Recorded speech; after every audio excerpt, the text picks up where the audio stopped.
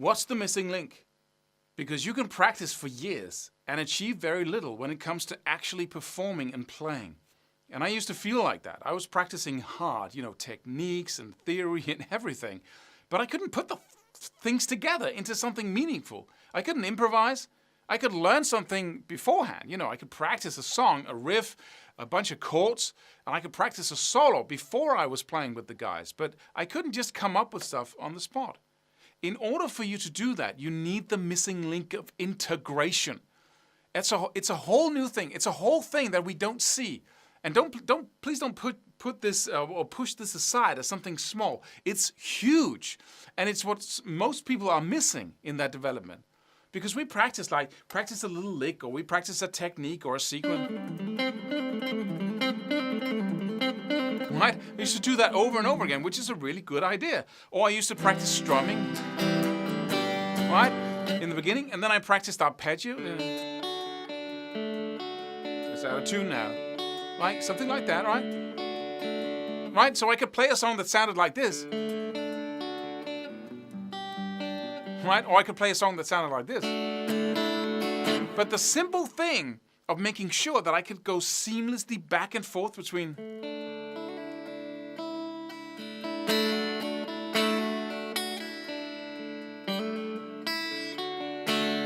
strumming and arpeggios, or playing single string and a lot of strings at one time. That discipline, once I got into that, and I designed little exercises of going,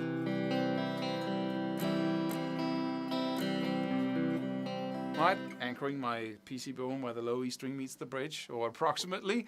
Once I started going back and forth between these two and designing little exercises, suddenly I developed the ability to being able to improvise my strumming patterns. Right? So that was a huge thing. And I did the same thing when it came to techniques. That was basically one of the things I used licks for, because licks are a combination of everything, right? And so when you take up a lick, you might use sweep picking, alternate picking, legato, hammer-ons and pull-offs. You might use an arpeggio in combination with a scale or several scales, right? So you really get to integrate a lot into something very practical. And that might be a huge load, taking all of these, because I warmly recommend that you take one thing and combine it with another. One technique, combine it with another technique.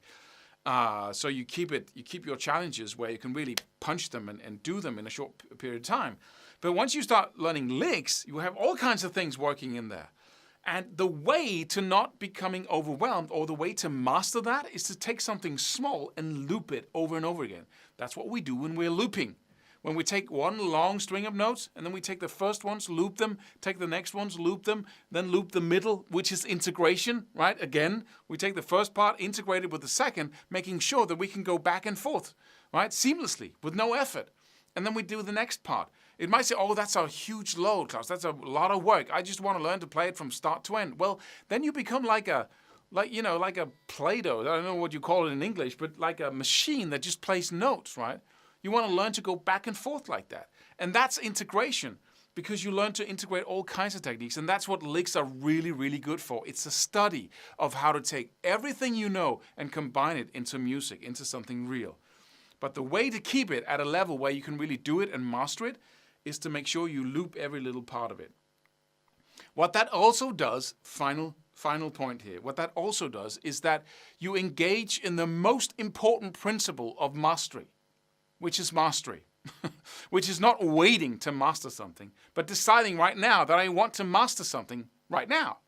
And how do you do that? Well, you take something so small, and then you approach it with so much power, so much intensity when it comes to effort. I hate the word effort. It sounds like pain. It's not.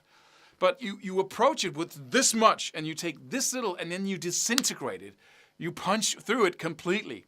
Instead of just trying to break the board, like bam, and then hurt your hand and go, oh, that was hurtful. Then you smash through it. You hit a point beyond the board, right? Which is the trick of breaking boards with your bare fist, is to hit a point beyond it. So you take this much power when it comes to effort, when it comes to practice time, repetitions, and then you take a little loopable pattern, and then you just break through. That's the secret. And if you can do that with licks, then you get all the advantages we've been talking about in the previous videos, and you engage in the most powerful principle of practicing, which is mastery. take that all the way to the top level of what you can possibly do, and then keep pushing. You might take it to this point, right? Then you take out something new. You take that to this point. Then you get ambitious. Then this is not any good anymore for you, and then you push beyond that, right? And so you go, climb up the ladder like that. But so basically looping, taking licks and then looping them in little bits and pieces makes you engage in all kinds of cool stuff. You go into integration, combining techniques, and by looping it, you engage the principle of mastery. So it just becomes this fantastic voyage of developing your skills to an unreal level. If you use these principles all the time, and whenever we have to do that, you have to break the pattern of doing what everybody else does, because that's the easy path. You have to focus on these principles when you learn these licks. And as you probably know by now, if you've been watching my previous videos, is I have a new program online right now where we take 20 massive strings of notes where we combine all kinds of techniques in 4 different styles within rock and pop, you might say. And tools, arpeggios, techniques, and we combine them, and then I show you how you can create loops all the way. And that is going to create the pattern within you that enables you to create loops. Whatever you learn, you can create little loops. So you can start,